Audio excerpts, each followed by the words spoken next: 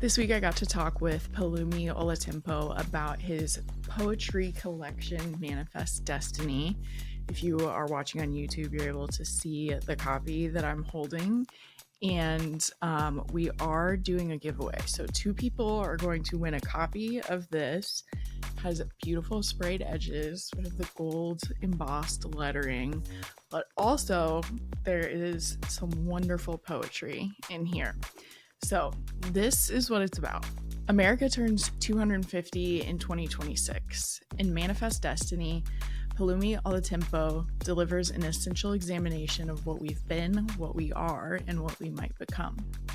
This isn't a traditional book. It's a new form entirely, 159 sonetas that compress centuries into seconds, each one exactly 6 words. Think of them as diagnostic tools or prayers or evidence. Olatinpo's innovation makes complex history feel like music in your bones. Olatinpo writes with the authority of someone who has lived the contradictions he interrogates, arriving undocumented at 15, becoming a citizen 22 years later. This second book, after the acclaimed Poeta, moves through 4 sections. From intimate love through historical memory to prophetic witness, each soneta a small revelation. Some quotes from it. All men are created equal, some more equal than others. In Lagos, you damn the bled or join the dead. I've loved you with the darkest and brightest blues of every ocean. The journey spans continents and centuries, connecting Gaza to Gettysburg, colonial Nigeria to contemporary Chicago. Code switching between biblical prophecy, constitutional language, and Nigerian pidgin, Olatinpo reveals patterns we've been trained not to see. Extensive endnotes turn every reference into a teaching moment. The final piece appears on the book's end paper, making it impossible to close without confronting the question, who remembers? I loved this poetry collection. I kind of worked my way through it over a couple weeks. It is so powerful. And if you've been listening to some of my other episodes, you know that actually the concept of Manifest Destiny itself has become something that I have gotten a little bit obsessed about, particularly in the sense that we used this idea of Manifest Destiny as a reason for white people to come to a land that was not theirs and to perform mass genocide on the people who were here and to then enslave people to build the whole country. So this is a concept that I have been interested in. Sounds weird since it's such a terrible concept, but it's something I have just been on my own learning journey about and realizing how it's not the pretty little concept that the name suggests. So I really deeply appreciated how he was able to use words, like it mentioned in the summary, from all kinds of different dialects and perspectives to really talk about what has happened in the past, what's happening in the present in America, and also what is happening in Gaza presently. If you've been listening to me for a while, I feel like this is something that would be really interesting to you. If you've not ever read a complete poetry collection, I hadn't read one this long, and I will definitely be reading more because this was that good. So I definitely encourage you to pick it up. And now let's hear from Pelumi. So I am super excited. We have our first poet on the podcast. This is kind of a big moment. So hopefully I have good enough questions, but I'm excited to talk with Pelumi Olatinpo about Manifest Destiny, your collection of poetry. So thank you for coming. Thank you so much for having me. Yeah, I'm excited. Yeah. So the first thing I always want to know is like how writers came to writing. So what drew you to poetry like at the beginning?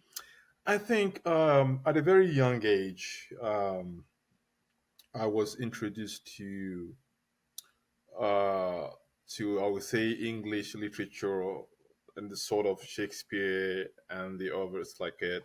And also, I come from a culture, the Yoruba culture, where there's a lot of poetic expression. There's a lot of Yeah. oral tradition in our culture, and so I would say sort of a hybrid of those two experiences sort of formulated, uh, my Yeah. introduction and my passion towards poetry. Yeah. And so for this one, you created almost your own type of poem with the soneta, or Yes, I hope yes, I'm pronouncing yes, that soneta. correctly. Okay, Yeah. cool. So what made you want to create that new structure? Yeah, I think, so number one, right? Maybe in the sort of culture that we do live in today, where you have a 1 minute reel, you have a TikTok second to to grab attention. So I felt like I Yes. needed something. I needed a medium, a new way of writing that was able to communicate something in the clearest and most succinct way possible, right? And I think Hmm. there's also maybe was a sense of vanity as well, that in that the Shakespearean sonnet usually is has about 14 lines, and I was like, I could do Mm. this in less than that, So, I love that. you know, so started, Yeah. playing around with that, and I just felt like, wow, it's this, because the attention span, and then also the creativity that it also requires. That hey, that if you have something to say, what is the easiest, what's the clearest, and the deepest way that you can say without losing and still communicating your thought clearly. So all those, lend themselves to the sonata form, which also, like I said, the musicality of the form is also integral to it. So I sort of created like multiple gauntlets for myself. That okay, it needed to be short, it needed to be musical, it also needed to be as deep as it could be. It also needed to be clear as well. Yeah. That even if you do not read poetry, that you could Yes. still read this and it could still understand it. Yeah, totally. I hadn't even thought about attention spans as part of it, but that does totally make sense. When I was researching you a little bit, I saw an interview you did with Z Network. Oh yes. Um, and and you were talking about kind of also like along with what you're saying, it said like every word must earn its place. This isn't poetry for poetry professors, it's poetry for the mother in Gaza, the teenager in Chicago, and the worker in Lagos. And then you also say like you want the grandmother who never finished high school and the PhD student to both be able to read them. And I thought you said something pretty powerful, that poetry that requires a decoder ring is poetry that already failed its political mission. So can you talk about that too? Like sometimes poetry is so like maybe the hoity-toity literature community. Can you kind of talk about what you wanted to do? Yes, because and right now you're kind of like you're bringing out all this passion. Good. you know, because I feel like poetry has gotten what I would call a bastard name in our current Mm, times. If you look at the history of civilization, a lot of the most famous and best known works that we refer to today were works of poetry. If you look at the Odyssey, the Iliad, mm, these were poetic works, right? But yeah. now, hardly would you read or look at a end of year list of books to read, and you will find a poetry work on there. So poetry has become this Right. niche that okay, that you need like you said, you need a dictionary, you need some decoding to. But I feel like that Yes. betrays what poetry should be all about. Poetry should be Mm, primarily accessible because it is this one form of writing that bypasses the intellect and goes straight to the mm, gut. At times, for instance, now, right, if you're watching TV, for instance, and you hear a jingle in an ad, right, you could fall in love with the jingle first before you even know what the ad is selling you. It's because it's poetic. yeah. It resonates with your body first. You process it first before you even begin to intellectualize it. And I think Yes. that is the power of poetry to be able to us process our world the way we see Hmm. it, the way it should be, and nobody should need a map to No. Yeah, figure out what is totally. happening. So Yeah. all of those things were kind of like just like yes, that I would like for us to move poetry from that shelf in the back of the bookstore to the front main, Mm-hmm. where as writers we are not writing for an educated elite that you Mm-hmm. know as a PhD, but it should be every day. It's who we are, you know. So yeah, Yes. Yeah, I love that. I kind of read a lot of stuff now, but I used to like mostly read thriller yeah, fiction. And sometimes even that was something where I'd have conversations with some people where they're like, "Oh, but that's just an author who writes thrillers." And I'm like, everything can connect with people. We yes, don't need to be so pretentious yes, about yes, literature, especially. yes, yes, exactly, exactly. So I also saw that when you were writing Poeta, Yes, you kind of got the inspiration for this because you were seeing some parallels between what's happening in Gaza and what has happened in the US for a very long time. It reminded me of that Mark Twain quote that's like, history might not repeat itself, but it does right. rhyme. And I like kept thinking of that as I was reading what you'd written. Can you talk about like noticing those parallels and wanting to write about them? Yeah, so as I began, so Poeta was my earlier work where I did introduce the soneta. So it's kind Mm-hmm. of like sonetas and sonnets in that work. And as I began to write it, because at that point the Gaza war had just broken out, and I began to see a lot of what I was trying to write and what was happening in the newspapers, on TV, on cable, and at least I try to read as much as possible. So Mm-hmm. I sort of have a quite big reservoir of previous events from past centuries, from past millennia, right? And I began to feel like, wait, I'm seeing a parallel here, right? Particularly, and I think Mm-hmm. one of the main things that happened was that during that period was also during the period where I was getting my naturalization as an American citizen.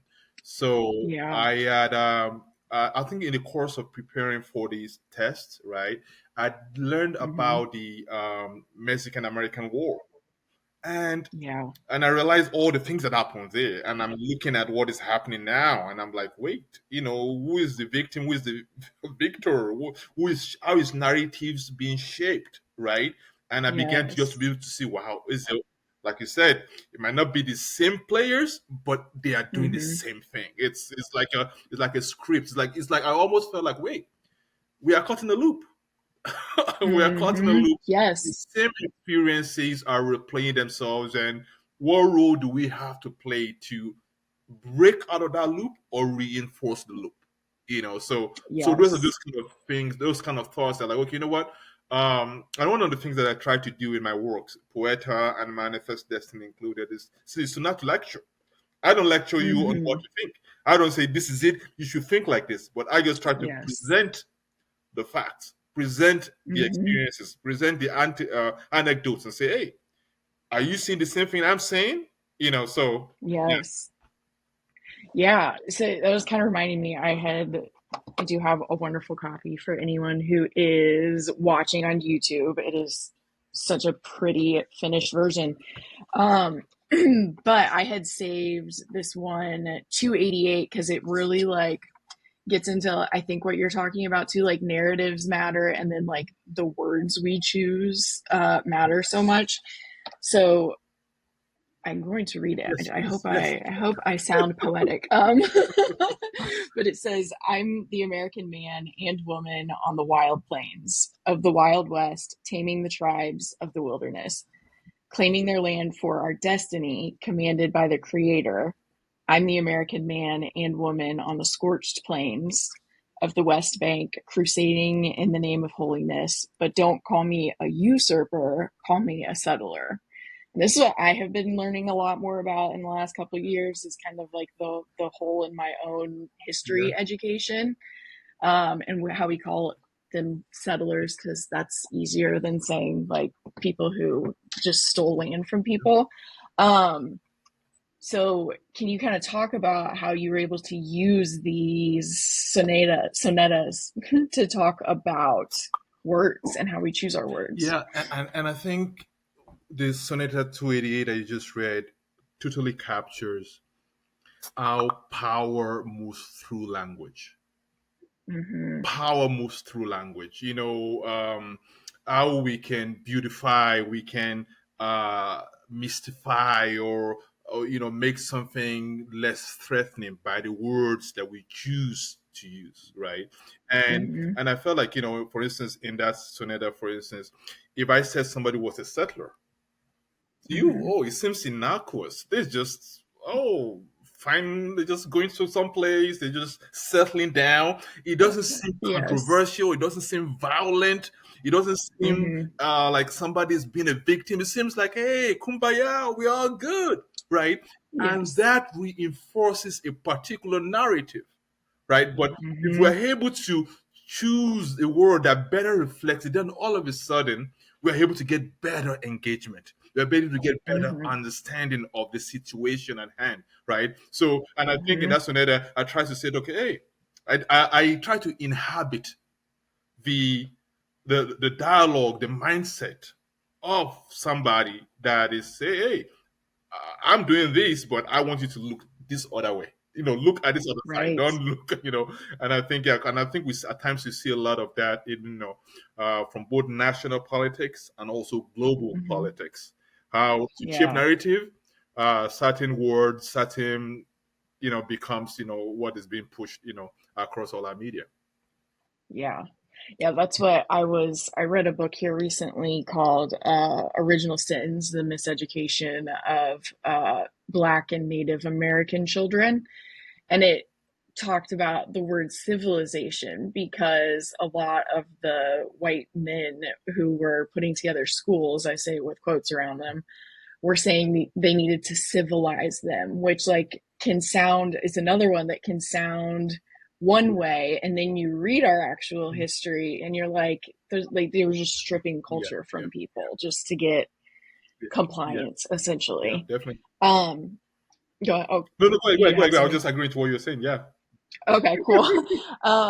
And that book, it was fascinating. That book was really reminding me of how I at least would learn about manifest destiny in like high school in my history classes. And it sounds like this sounds beautiful. It sounds like what they want it to sound like God said, their God said, this is for you, actually. Um, but it actually was just used to take stuff that wasn't theirs. So can you talk about like yeah, the title of it and just how much you wanted to talk about that concept?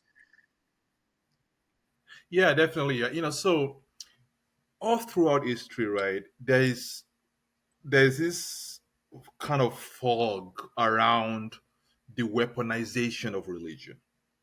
How Mm-hmm. religion becomes that one ticket where somebody presents to you and they say, okay, suspend your reasoning, suspend any doubt you may have, take not our word, take the word of some almighty supreme being as it. And Mm-hmm. if that is it, then all of us should just follow blindly, right? And we see Mm-hmm. how that was used, in the whole growth and the expansion of America, the whole manifest destiny theme. That hey, we are the chosen one. If you're not part of us, suffer in silence and just endure Mm-hmm. what you must endure. Because and so we Yes. see that, and the Native Americans, Black Americans, particularly where where Mexican Americans were at the brunt end of that, and so we see almost the Mm-hmm. same thing being played out on in the Yes. West Bank, in Gaza, where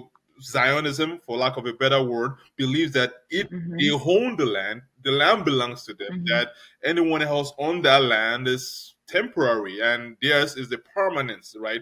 The same ethos that we saw in the 19th century America, where everybody else be damned, and so far Mm-hmm. as we expand, then we are doing the will of God. So at times, so we see how religion then becomes a cover that just Mm-hmm. um mask, I think, the worst of humanity, right? Yes. Where in the name of a righteous God we are doing evil, Mm-hmm. but we feel that the evil that we do is vindicated because we believe a righteous God tells us to commit those evil. So yeah, Yes. it's the paradox. Yeah, it doesn't actually make any sense, but has been Yes, effectively yes, and evilly yes, used yes, for sure. yes. So I also saw you talked about how like poetry and words and the sonetas specifically are a way to witness and what can happen from actually witnessing what's happened and what is happening. So can you kind of talk about that too? Yeah, so I believe that we have responsibilities to witness, I would say, the complexity of the human experience. I would say Hmm. even particularly as writers. I believe that Yeah. writers have a profound burden because writers sit in a place where we are able to articulate in a way that maybe a scientist might not be able to, in the way maybe somebody else in any other lane of work or life may not be able to. We are able to dig into the depth of the human experience and say, hey, this is what the mirror looks like. So in Hmm. Poeta, in Manifest Destiny, you see that, right? Where, there's a mirror that shows you what love should look like, that shows you what justice should look like, that shows you what ecology should look like, that shows you what betrayal even looks like, that even shows you what, theology looks like, right? So I believe that we have a responsibility to be witnesses, because at times, there was somebody that read Manifest Destiny and mentioned, that for so long they felt like they've been screaming into a void where Mm. nobody could hear them. That reading Manifest Destiny made them feel validated, that Yeah. somebody knows what they're experiencing. And for me, that Yeah. has been a witness. That is saying that, Yeah. okay, hey, just like how you go to a court of law and it's trying to make a case and they say, hey, do we have any witnesses? And what the witnessing Hmm. does is that it corroborates that experience. It says that Yes. you are not Yeah. just in your head. This is, you're not the only one going through this. This is actually Hmm. happening. How do we Hmm. improve the human condition in that area? Or, what are the Yes. things that we need to know? So, yeah. Yeah. Yeah, you really teed me up perfectly for my next question, actually, because you also do extensive footnotes about each one that you wrote, which I thought was really cool. And then again in that interview, I saw that you said it that um, Manifest Destiny comes armed with extensive endnotes, not academic posturing, but evidence for the prosecution, kind of what you were just saying. And I have felt that way with some stuff that I have been sharing lately. I've been like adding links, like, by the way, here's where you can go see why this is true. And I think there's a lot of gaslighting and there's a lot of erasure happening right now. And so it's so helpful to have these to basically have your proof and then exactly what you're saying. Then we don't have to feel as crazy when like other people are essentially gaslighting is where I'm headed with that. So did you know early on you wanted to do the end notes or when did you decide on that part? That's a very good question, Kate. You know, I would not say that I started out wanting to have end notes when I began my Okay. destiny, because I didn't have end notes for Poeta, so it wasn't, Yeah. But then two things happened as I began to write and I began to use some allusions in the work. I realized that some of the allusions might be lost if you were not too familiar with my frame of reference. Mm-hmm. That I could better enrich your understanding, of the work. So one of the things that I tried to subconsciously do, or not subconsciously, consciously do in the sonetas was have different access points. Right. For instance, if you Mm-hmm. were a PhD level reader that studied poetics for the past 10 years, there was a Mm-hmm. place where you could enter. If you were, like I said, a cashier in Alabama, there was a place where you could enter. So everybody had an access point into the work, and the work was still whole, did not lose anything. Right. Yeah. So I then realized that, okay, you know what? For some of the more extensive allusions, some of the things that I was trying to draw, that it would be nice to maybe, have some sort of, at least bring you into my mind, share my notes with you. And then, so I shared the work for some initial feedback to one of the editors that I was working with.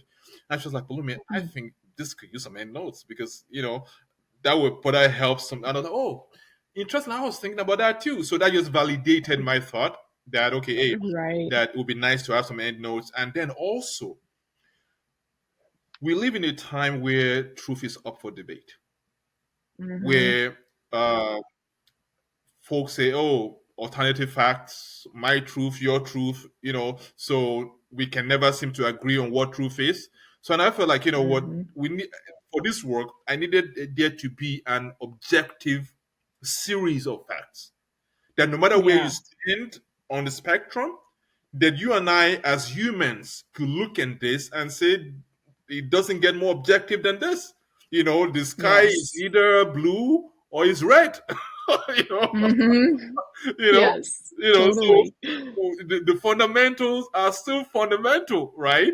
So, Yes. so I wanted to have a work that if you were to read it, you would not say I'm biased because Mm-hmm. the facts dictate what is written, and I'm Yes. not otherwise. So a big part of me was that I needed credibility. I needed to Mm-hmm. see, like I said, and then make up your minds that hey, this is it. This is how it is. Look at the facts that say so. What do you think? So the idea is Yes. to provoke thought, and I felt like the hand notes, Yeah. went a long way towards that purpose.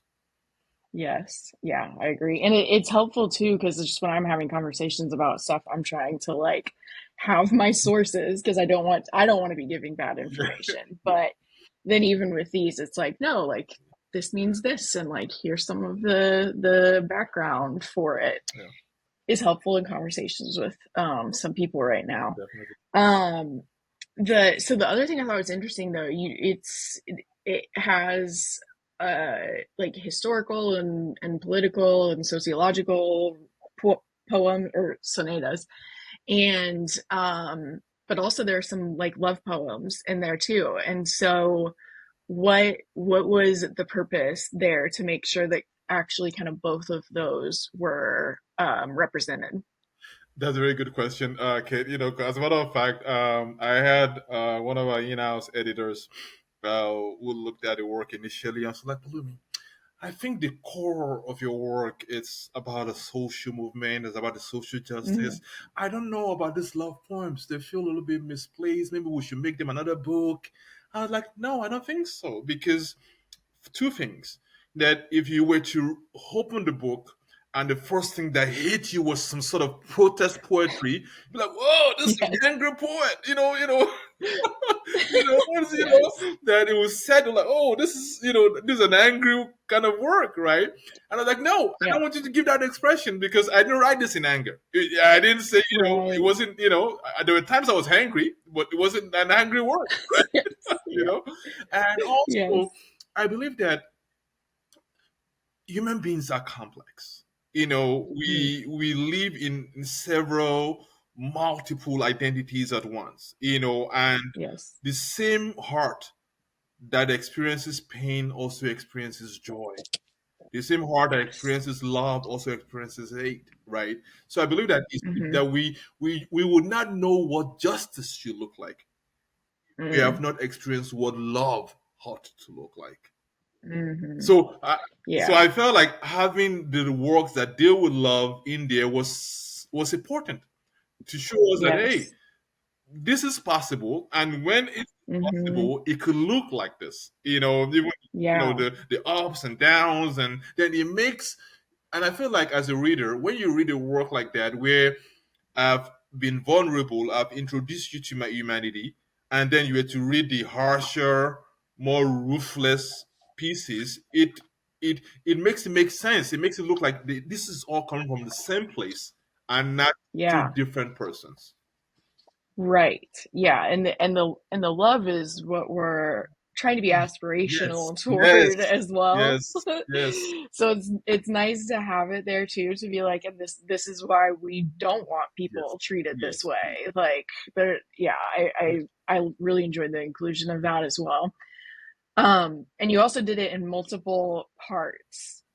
Did you write it as it appears, or did you kind of like play around with the order after you'd written lots of them? yeah. So I played around with the order after I was reading one of a few of them. So one of the things I wanted to do with Manifest Destiny was to was to write a story, right? I thought of Mm-hmm. Manifest Destiny as an epic.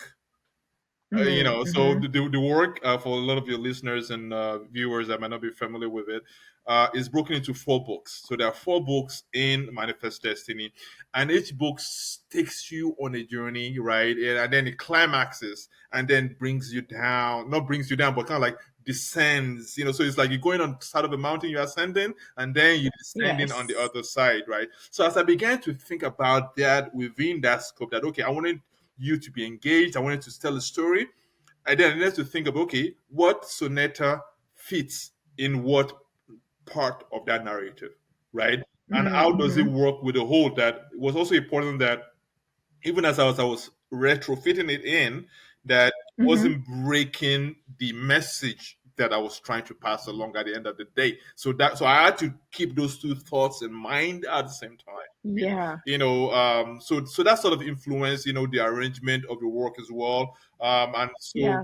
good enough for me. There were times where I wrote several of the pieces around the same time, and when it was time to uh, arrange them, they went together in the Mm-hmm. same book. So there were so so Nice. so there were times that happened as well. So, but yeah, overall, That's cool. yeah.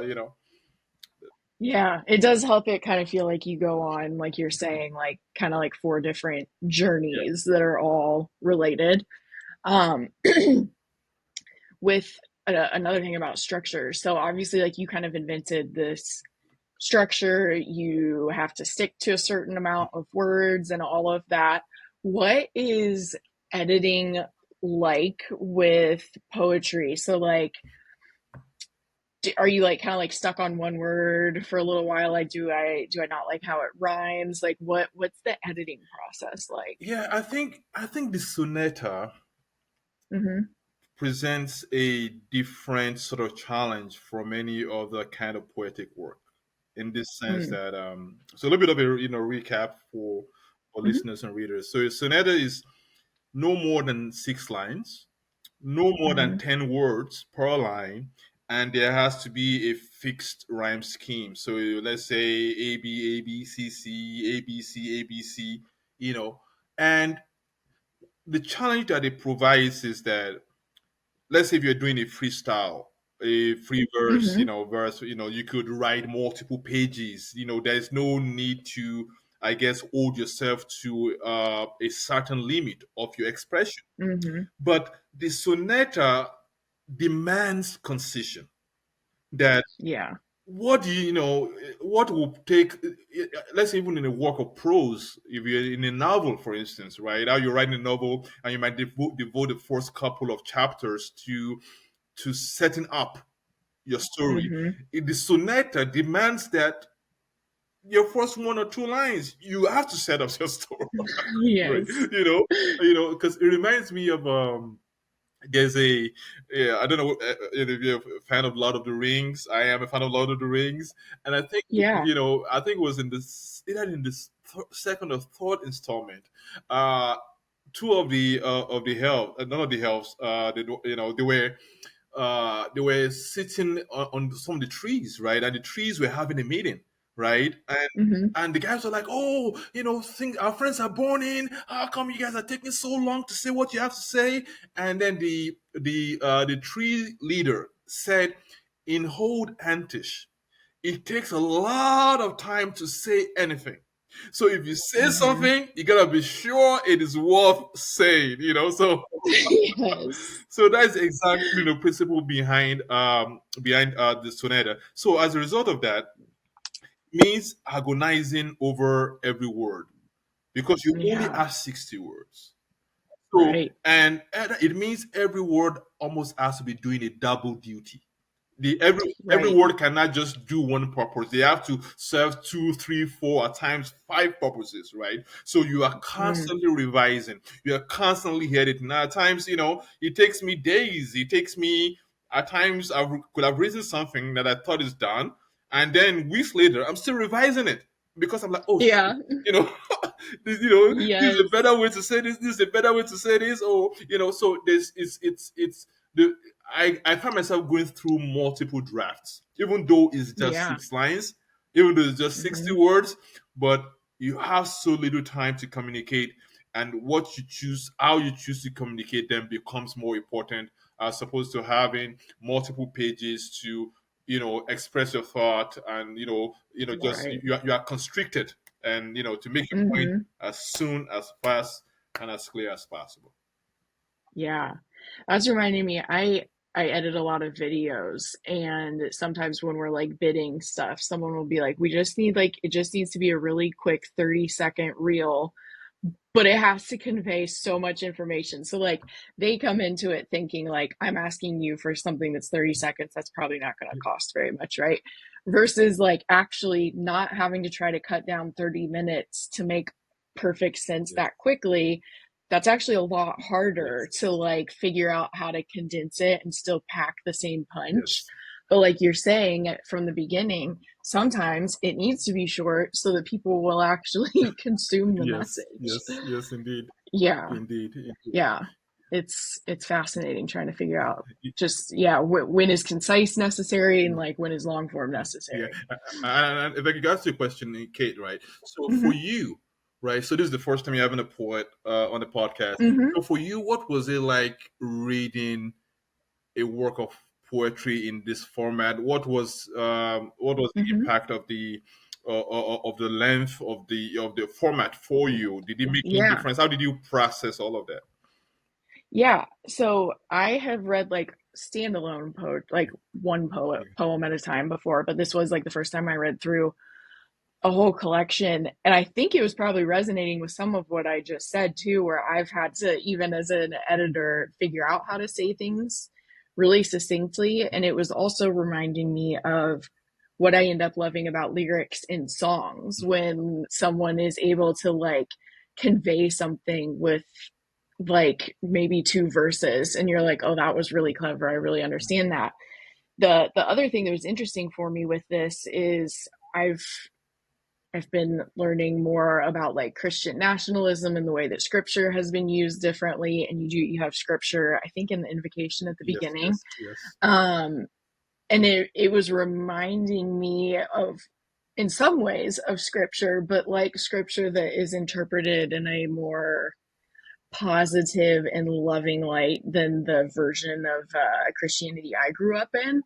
So it was kind of reminding me of that as well. But like the other thing that's different about reading it is obviously with fiction, it's like you're just trying to get through it. Not that there's lots of fiction that has made me think deeper about things too, yeah, but it's kind of like you do read one and then you just I would in a lot of cases I would find myself then like sitting and thinking about it, which is something you don't typically do in fiction. I mean, I probably will when fiction really hits on some themes, or I think when I'm done, but it's a different style yeah, of consumption that still had me like thinking about things. And the end notes I loved because even with some historical fiction, what I've been enjoying more about that is it helps me learn about things that have happened without just reading a history book. So then I end up searching everything. yeah. So it's kind of nice with this that like I didn't even have to go to Google necessarily. I could read the necessary information with it.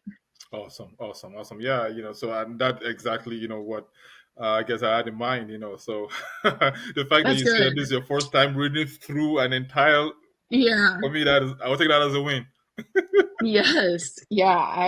It's just, it's so powerful. And it's falling in like a vein that I've just gotten more interested and passionate about is like my own gaps that I had in understanding like the history of the United Yeah. States.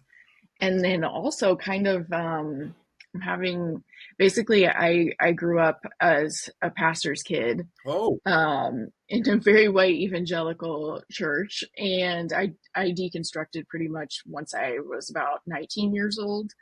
Um, couldn't agree with a lot of the things that I had grown up with, and now I've been having this what I'm almost calling a second deconstruction, where I'm hearing from other people whose Christian faith is even their Christian faith is much more loving than the Christian faith that I grew up in too. So it kind of it also like fell into that vein where it was like just another reminder that a lot of people approach spirituality differently than yeah, what I grew up around. yeah, yeah, definitely. So how did how did you see the because the work that definitely threads a lot of spirituality and theology, right? How did you Yes. see were those turn offs for you? Were those how did those No. accentuate your experience? No, it really wasn't. And I think it's been healing for me to be around spirituality and theology that isn't oppressive. Mm, And obviously, I'm a white woman in America. My oppression is not yeah, huge, but I was still around. There is oppression towards women the way that Christianity was used, where I was growing up. But it's refreshing for me to be around. I get kind of what I'm saying, a spirituality and a theology that isn't about anyone being the yeah, chosen yeah, people or anyone being completely right. Because, like, if anything, my spirituality at this point is I'm like, I don't know. And none of us completely know either. I know, obviously, some people's faith, they do feel like they know completely. And I respect that as long as they're not treating people poorly. But it was kind of like getting to sample more of a version yeah, of a healthy yeah, spirituality. yeah, yeah, definitely, definitely. Awesome, Yeah. awesome.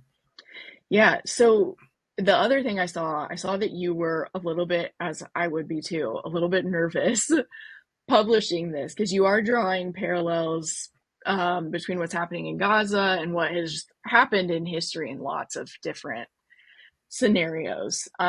So what was it like? Like, it's been published for a month now. Um, how do you feel about having it out there now? Yeah, it's one of those things that as I was writing it, I mean, to be honest, I had to ask myself, do you really want this out there? Because Right. you take in unpopular, positions. You are saying the emperor has no clothes on, and Mm, that could be consequential. There are people yeah. who have said not as much and quote unquote being cancelled, right? Hmm. But I just felt more the burden, like we've talked about, to witness. Hmm. I felt like Yeah. for me that was just more important than any personal harm, any personal discomfort that I could get to suffer. Right? That that I am standing on the I'm standing on what do you call it, on the shoulders of giants. That are folks who have Yeah. gone before me. When I think of Dr. King, Medgar Evers, Malcolm X, Hmm. and that I've had at great personal pain, trodden the path that they have trodden, right? So I feel that a Yes. lot of the things that I'm even saying at this point are not so new, but as a continuation of the dialogues that they've started. Yes. So yeah, I mean, to be quite honest with you, it's a little bit frightening. It's a little bit, Yeah. because as much as Yeah. I want to get the message out there, I've been doing some publicity stuff, and I'm like, but I know at times, in the times we live in, where there's a particular narrative that is being pushed, so to come out and be pushing against that narrative at times could Hmm. have some dire consequences. But I believe that the power of truth is more important than any fear. Yes. Yeah, yeah, Yeah. Yeah. And you had things to say and you yeah. wanted to say them. You got to do that. Indeed, indeed, indeed. I also really loved, I saw a quote from you where you said, poetry changes how we see and how we see changes how we act. And that really resonates with me a lot. What, what actions do you kind of hope this collection of poems inspires? I love that question, Kate. Because Mm, in writing Manifest Destiny, I wanted to I wanted to shine a light on ignorance. And at times, hmm. that ignorance is not intentional. It is not Right. malicious ignorant. There are certain things I do not know that in the course of writing this book, I came Mm, about the knowledge of those things. So yes. I wanted to, kind of like shine a light, kind of like bring that ignorance out of the dark into a place of light. Mm-hmm. And in doing that, I'm hoping that it forces us to ask ourselves questions, hard Mm-hmm. questions, questions that are uncomfortable to ask, uncomfortable to discuss, that is not polite. Right. But by normal standards, that I'm hoping that in provoking our conscience Mm-hmm. makes us ask what kind of world, what kind of society do we want? And I'm believing Yes. that when it does that, it will make us restless Mm. until we see the change that we believe is possible. That Yes. if you read this work, if you struggle with some of the things that is factual as laid out Mm-hmm. here, that it will make you, at times, it's okay if it makes you angry. Okay if it Yes. makes you sorrowful at times. It's okay if it makes you wrestle and with yourself and all that you've known. It's okay if it makes you question all that you've thought about or you've been Mm-hmm. told. And I'm hoping that that level of conflict within you gives you a level of burden that on any level, whether it's municipal, whether it's local, whether it's national, whether it's global, makes you want to see a change. And I Yes. think, like, in wanting to see a change, it causes you to act. Mm-hmm. So how that action is going to look like for each and every one of us would differ based on our Mm-hmm. capacity, based on our place in society and things of that nature. But at the end of the day, it provokes an action from you, because Mm-hmm. now you cannot unsee what you've seen. You cannot Yes. unknow what you've known. The Mm-hmm. knowledge then becomes a burden to you, that until you find a Yes. place to put it down, you are saddled with it. Yeah. Yeah. Yeah. Yeah, it's important to feel those feelings and like you're saying, have them be like an impetus for Yes. action, not something where you're like, "Oh, that makes me uncomfortable. I just don't want to think Yeah. about that anymore."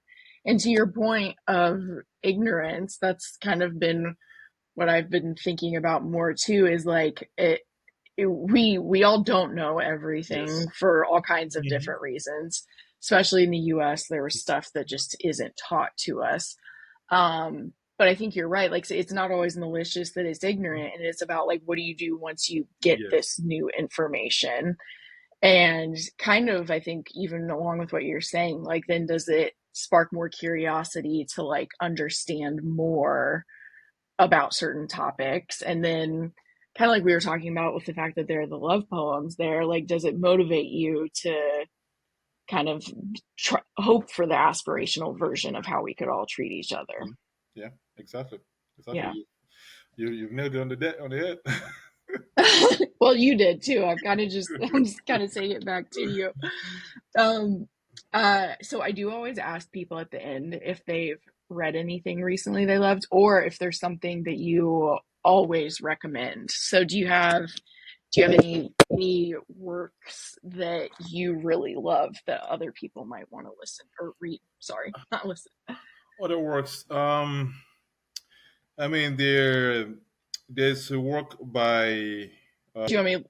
the Do you know the title? yes, the fire next time. The fire next time by Oh, James Baldwin. yes.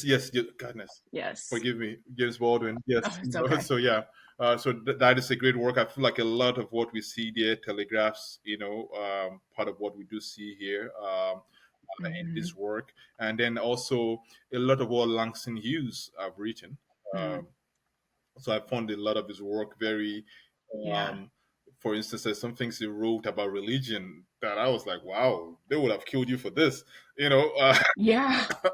that were For real. that how he used religion to show the hypocrisy, modern terms, Mm-hmm. all that kind of stuff. So definitely works from like Langston Hughes, as at least it's another example of what I would say I've been looking at recently, and even um, Lucille Clifton as well is another Mm-hmm. poet. I'm recommending a lot of poets because Do it. Yeah. it's I don't want you to see poetry. I mean, to your readers and your listeners, that is, to see poetry as a niche experience, right? Right. Mm-hmm. Poetry, poetic works can cover in short period what would take hundreds of pages of prose or even drama, to accomplish it in the same length, right? I'm Yes. always about making poetry, more accessible. And I think a lot of this, at least these three works, authors and poets that I've mentioned to you, I think they are very Hmm. much good, accessible work might be worth exploring. Yeah. Awesome. Mhm. Yeah, James Baldwin, I'm like slowly working my way through his stuff, but I love him. He's just, It's it's similar. Some of his quotes are almost yes. poetic, even though they're not. And it's a work of prose, so for folks that, so even if you're not into poetry, is a work that Fire Next Time is a work of prose, and I think it's a great read. Yeah, totally. Well, obviously, I think everyone should go get this book. And then we also do have your publicist or publisher sent two other copies. So as of this episode airing, there will be a post on my Instagram to figure out how to enter that giveaway. So two people will get access to it. For anyone who is on YouTube, I just wanted to show it again. It has what is this? Not embossed, maybe embossed letters, and then sprayed edges as well. It's beautiful. So you can go check my Instagram to try to win a copy. And otherwise, thank you so much for talking with me about it. Thank you so much, Kate. This has been awesome. I truly, truly enjoyed this conversation with you.